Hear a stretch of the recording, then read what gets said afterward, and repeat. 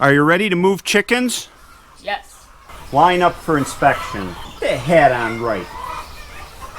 Who do you think you are, a 3-star general? Comb your hair. Tuck in that shirt. And you. Well, you're okay. Well, what are you waiting for? Come on, let's get to work. Here's the battle plan for today. We've got the house,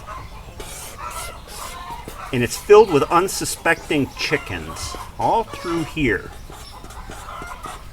Your job, Gray and Hillary, is to move these chickens back on a front line like this and push them into this house.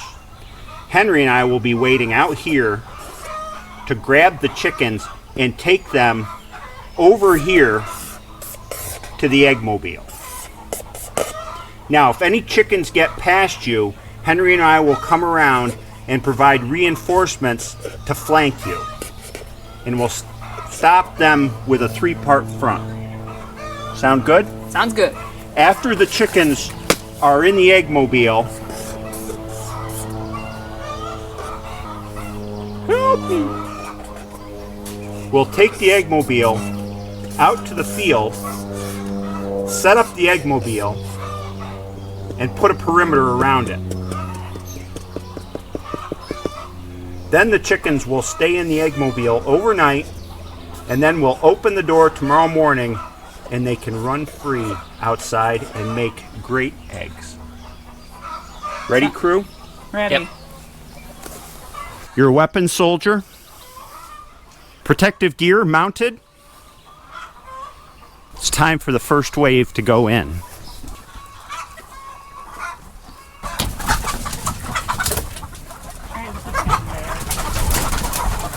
Wow, that's a bunch in there. Yeah.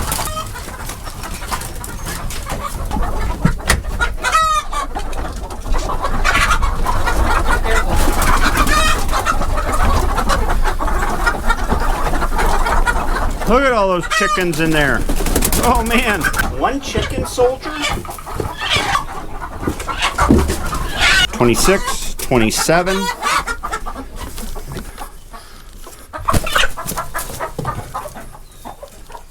Dad, did you count 26 or 27? 27, so that's 30. Yep.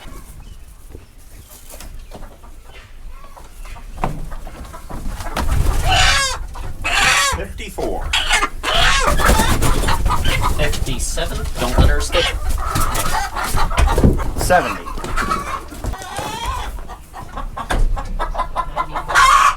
91.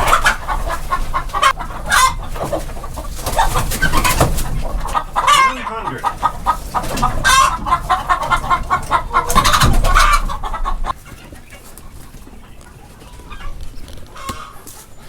Uh-oh, there's a non-com on the battlefield. Yay. 141. 144. Playing dead on the battlefield is a good tactic. I need a new shirt. I got pooped on. Oh, the hazards of combat. The count's at 160 and we're going in for the second wave.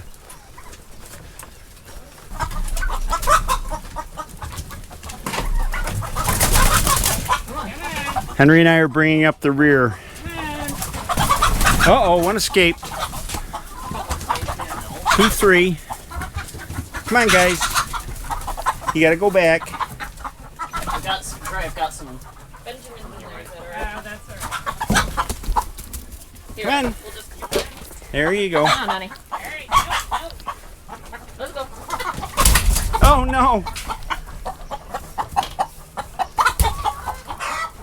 There we go. It's all of them. We caught a big chicken this time. Benjamin. 163. Just a word about carrying this way, because somebody always brings it up. This is the best way to carry a chicken. Yes, if it were my pet chicken, I might be able to hold them in my arms.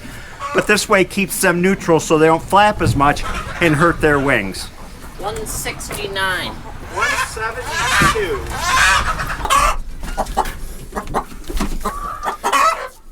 Oh. 174. 177. There's a lot of chickens in here.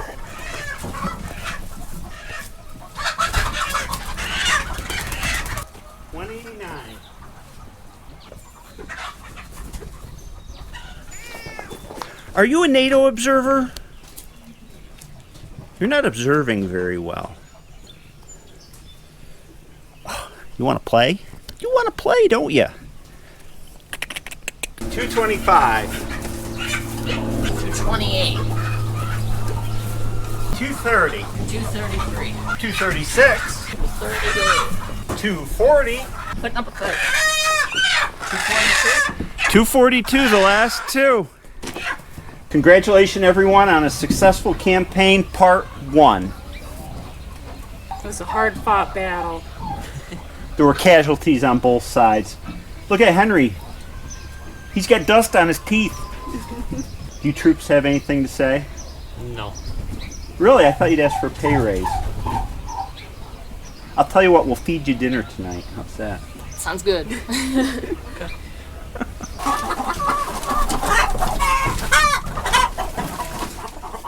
And Benjamin the turkey finally gets the piece that he deserves. Until the pullets come in.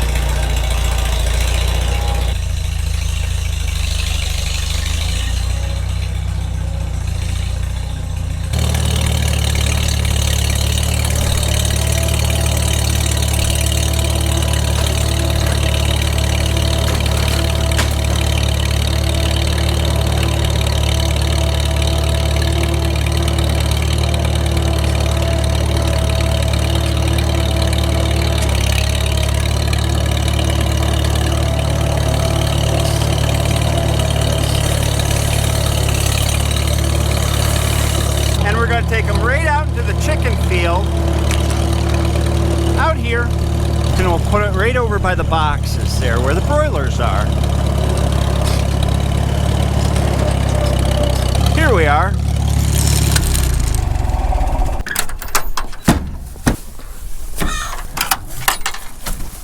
Wind protection.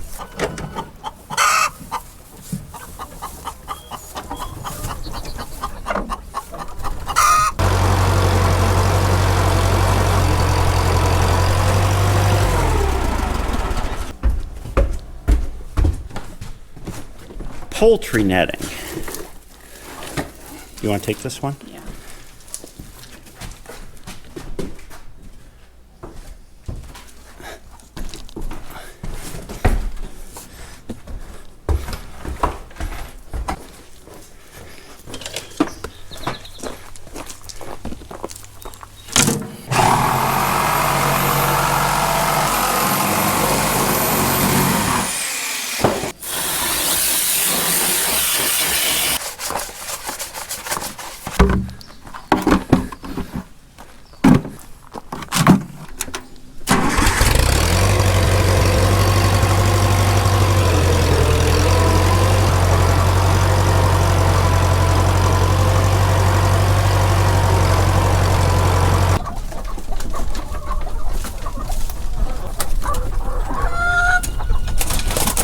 This ground is sure gonna be hard, I bet. Not looking forward to that.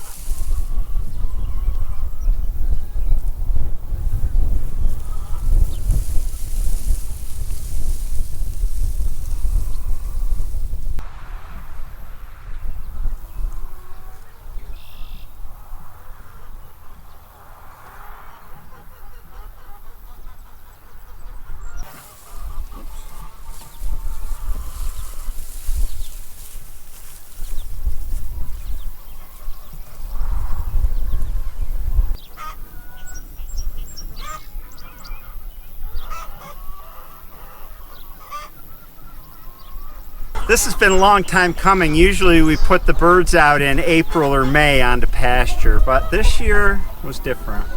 Yeah, we kept them in because of bird flu, which seems to have abated in this area, so. And we got to get them out. I'll show you in a little while why we had to get them out. We keep our layer hens on pasture because it greatly increases the egg quality. It's amazing the difference. The eggs really get a lot richer tasting. The yolks orange up, the whites get thicker.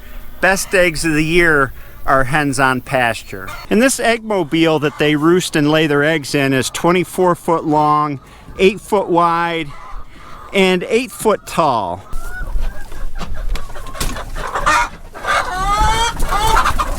The inside of the eggmobile has these roosts, horizontal, all the same level, which is very important so the hens don't compete for the highest roost. They all go up here and roost at night. The floor is 5/4 deck boards, and they're 1.5 inches apart so that it's a self-cleaning floor. They kick their manure, for the most part, off and onto the field so we don't have to come in here and clean it out. Right, guys? I should say gals. This eggmobile was super cheap to build. It's just an old hay wagon running gear that I extended, and I don't know, it was a couple $300, and then 2x3s for all the framing except for the floor. That's 2x6s, and then all the siding is recycled roof metal from a neighbor's barn that he just gave me. And here's something that's very important. When we first bring the hens out, we leave them locked in here for at least 24 hours, which means they'll probably go out for the first time the day after tomorrow. That teaches them that the eggmobile is a safe place to lay their egg and the nesting boxes inside, and a safe place to roost at night.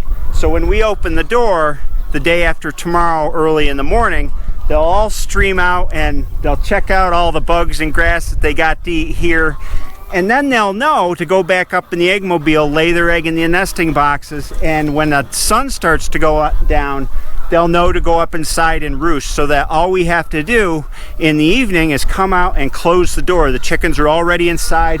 They're safe from predators at night because I've got a steel enclosure here. So it really works great. And the fence coming around here is just 4 foot tall or something like that. Premier One Electronet, 2 lengths of it. We don't electrify this fence. We don't have predator problems during the day, and at night the chickens are safe. The chickens can fly over the fence, but they don't. Well, once in a while a couple will, but they fly back in because that's where their food is, and that's where they know to roost at night and to lay their eggs. So it's kind of a barrier, but not really, and it's not a problem. The only predator during the day that we have any kind of an issue with is hawks, and there's not much I can do about hawks. Fortunately, if we do have hawks around, which we've got quite a few that live around here and have nests in the woods, they will get maybe a chicken every 2 weeks at most, so I view that as an acceptable cost. Hawks gotta eat too. One of the issues with having chickens on pasture is that they tend to dig if they're left in one spot too long. They'll dig holes and take dust baths, and they dig to look for bugs and things. So you gotta keep them moving. Hillary and I move this whole setup once a week. Bring the tractor out, take the fence down, hook up the wagon, pull it to a new spot, set it down. We do that before we open the door in the morning so all the chickens are inside, don't have to mess with them.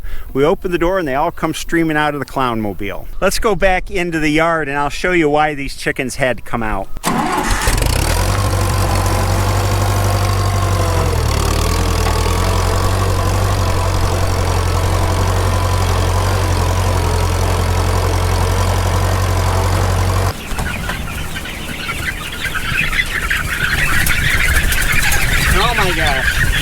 You got out! It's not supposed to happen. These gals in here that are all freaking out are our pullets, and pullets are just hens that are too young to lay yet. They're growing out. And there are replacement pullets. Every year we replace half our flock. This year we're growing Ericanas or Easter eggers and barred rocks in here. And we keep our hens for 2 years, so we know by breed that in 2 years all of our Ericanas and all of our barred rocks will go into stew hens because their production cuts down. So the reason the hens had to go out is because the pullets are ready to move into the main house. They're getting too big for the brooder house and they don't need heat anymore. Hillary and I will clean out this main house and the pullets will go in starting in the top house up there, and then as they get larger they'll expand into here and grow out in here. So they won't go on to pasture this year. The hens in the fall will come in and join them in here, and then next spring the pullets, which will now be hens, will go out with the other hens. Before the hens come in for the fall, we'll take stew hens out of the flock that's out on the pasture to get them separated out and sell them in the fall, in the winter, when stew hens or soup hens sell best. And that's our egg laying operation in a nutshell. Or should that be eggshell?